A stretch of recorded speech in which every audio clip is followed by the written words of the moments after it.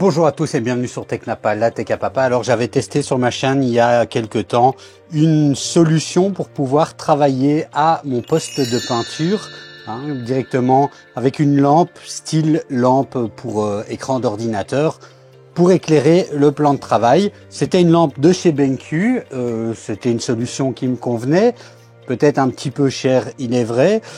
Et BenQ m'a proposé de m'envoyer une autre lampe plus adaptée pour ça, pour le tester. Alors je précise tout de suite, c'est une lampe qui a quand même un certain prix. Elle est à peu plus de 200 €.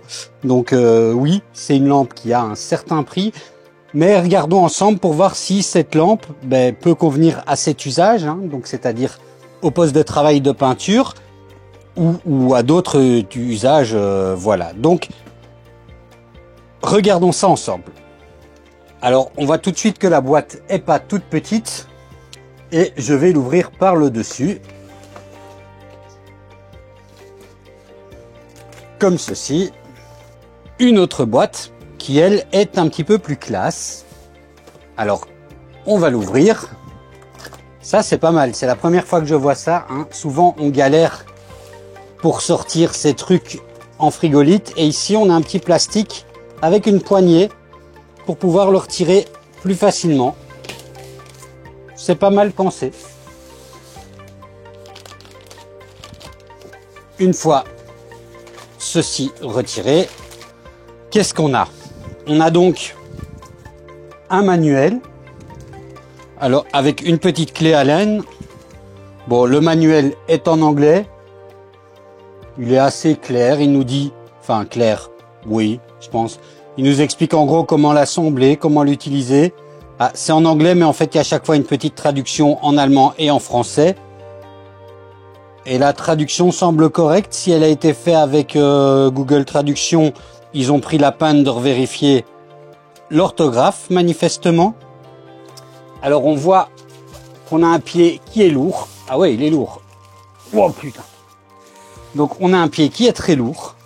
Je sais pas, il fait combien de kilos ce truc, mais il est lourd. Alors, on a ici un adaptateur secteur au cas où c'était nécessaire, mais moi, j'en ai pas besoin, vu que c'est une prise européenne.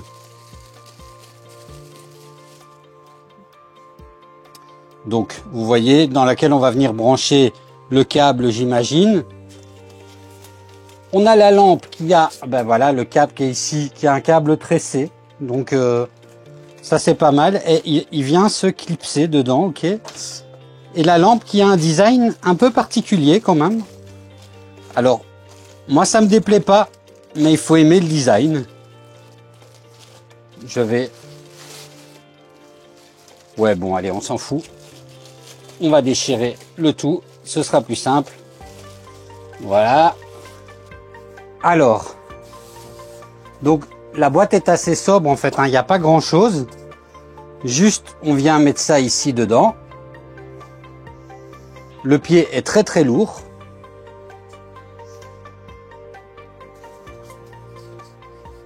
La prise de courant vient se clipser comme ça. Ok. C'est la première fois que je vois ça, mais d'accord. Et je vais regarder dans le manuel pour être certain que j'ai pas fait de... Ah si, ils disent quand même qu'il faut visser. Ok, ça va. Il faut pas juste le mettre. Il faut le mettre, visser un petit peu. Voilà. On le fixe et on vient visser. Et comme ceci, il tient. Bon, alors je range un peu, on zoome, on regarde un petit peu cette lampe de plus près. Et après, on regarde dans l'atelier de peinture si elle a sa place. Bon, alors voilà, regardons un petit peu ce qu'elle a de spécial. Alors déjà, on voit qu'on a quand même pas mal de câbles. Le câble est assez long. Elle peut pivoter sur elle-même comme ceci. Hop. Pas entièrement à 360 degrés, mais elle peut quand même pivoter sur elle-même. On a différents modes pour la plier. Elle peut se tourner grâce à des têtes à rotules un peu dans les sens. Enfin voilà, on peut y aller. Alors au niveau des boutons, qu'est-ce qu'on a? On voit qu'on peut changer la lumière de la lampe. Ce que je vais faire, c'est que je vais couper les lampes ici. pour y voir pour que ce soit plus clair pour vous.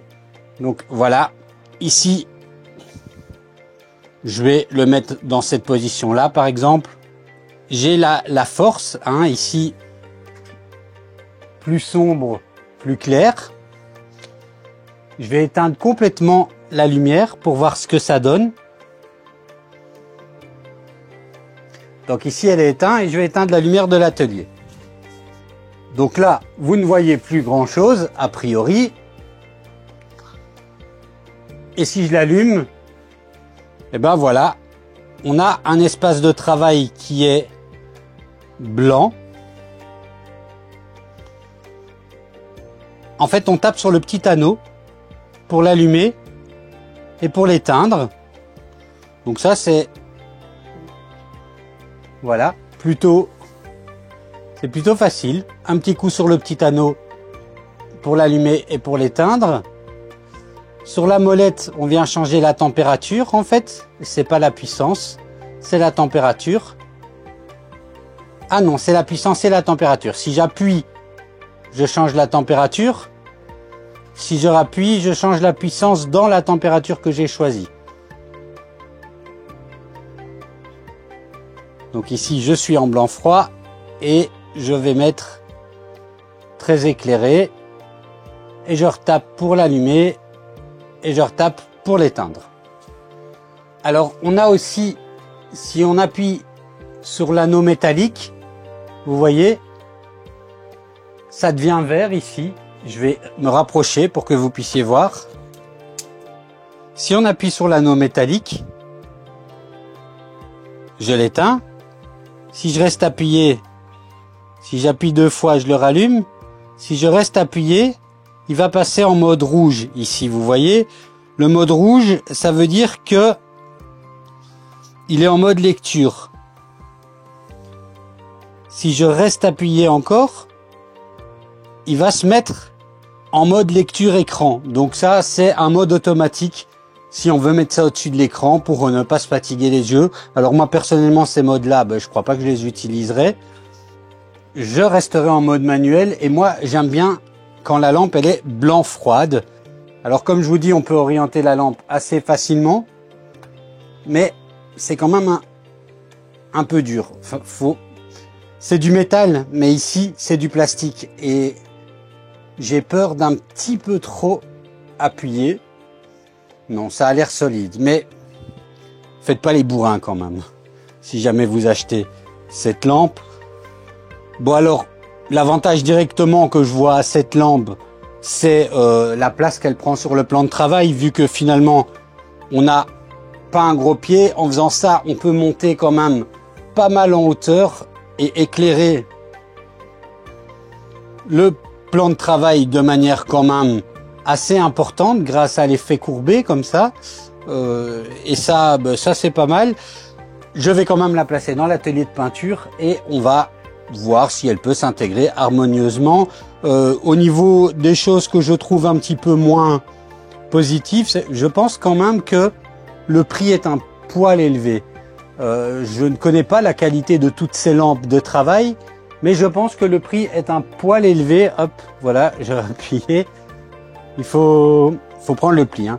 Je pense que le prix est un poil élevé pour une lampe. Alors, c'est une lampe qui donne énormément de luminosité aussi. Hein. Donc, à voir dans la fiabilité dans le temps. Je ne sais pas vous si vous pouvez comparer avec d'autres lampes de travail par rapport au prix. D'ailleurs, le prix, je vais le regarder tout de suite. Donc le prix, on est aux alentours de 229 €.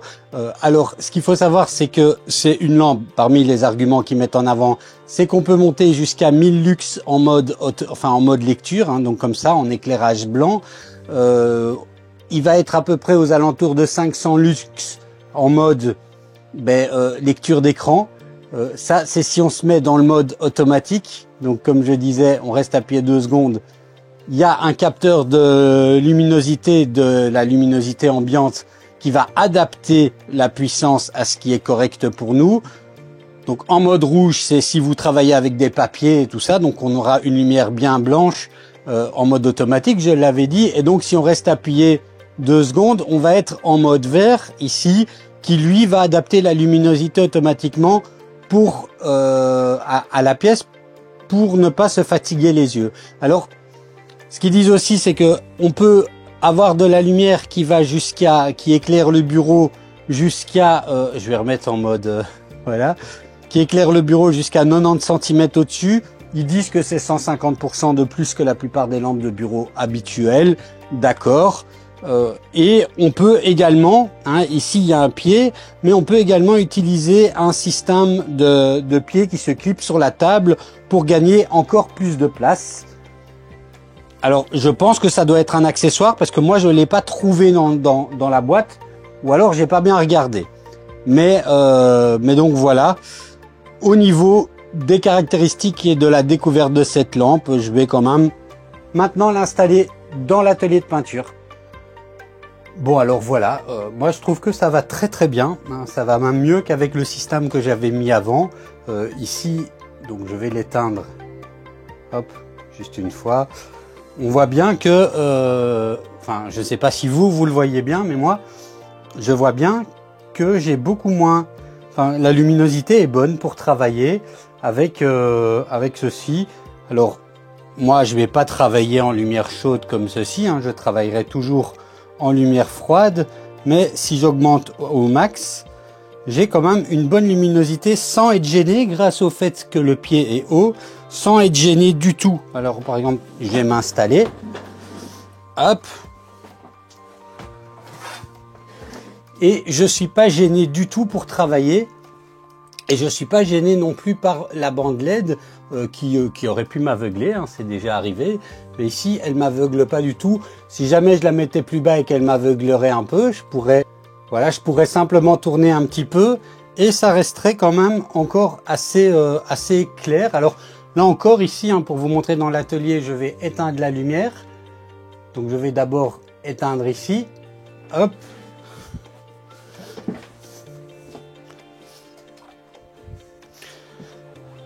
Donc ici vous voyez, bon j'ai une bande LED au-dessus de la tête qui est bleue, c'est pas grave, on me voit en bleu, mais si j'allume, hop, c'est très lumineux pour travailler, sans déranger non plus tout le reste. Si vous travaillez avec, je sais pas moi, là quelqu'un qui joue à côté et qui n'a pas envie d'être ébloui par votre lumière, et puis vous ici, ça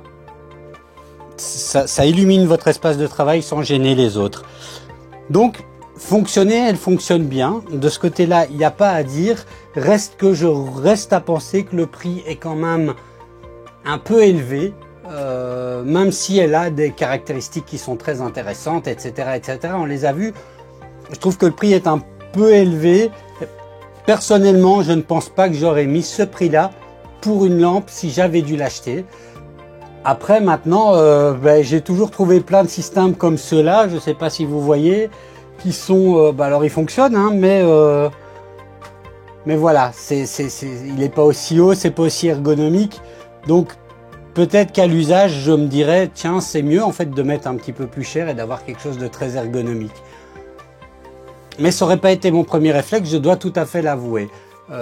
Néanmoins, si pour vous c'est quelque chose qui est important et que vous pensez que c'est bien de mettre ce budget-là, je pense que vous ne serez pas du tout déçu de votre achat. La lampe fait parfaitement le taf qu'on attend d'elle. Moi, pour mon usage ici, pour l'usage en lecture, par exemple, je vais essayer ici, si je mets en mode écran de... Non, là on est en mode lecture, ok. Avec la luminosité, il met pas mal. Ici, c'est en mode écran d'ordinateur. Oui, ça éclaire pas mal sans faire mal aux yeux. Donc, oui. Le capteur de luminosité a l'air de marcher pas trop mal. Si je repasse en mode peinture, j'ai pas beaucoup de luminosité dans la pièce ici, hein, et il augmente beaucoup. Maintenant, si je rallume la pièce,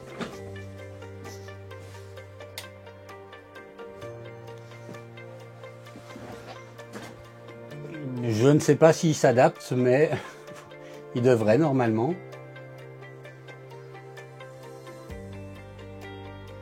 Oui, j'ai l'impression que c'est un peu moins fort. Bon. Donc voilà, globalement, je vous ai fait le tour d'horizon de cette lampe.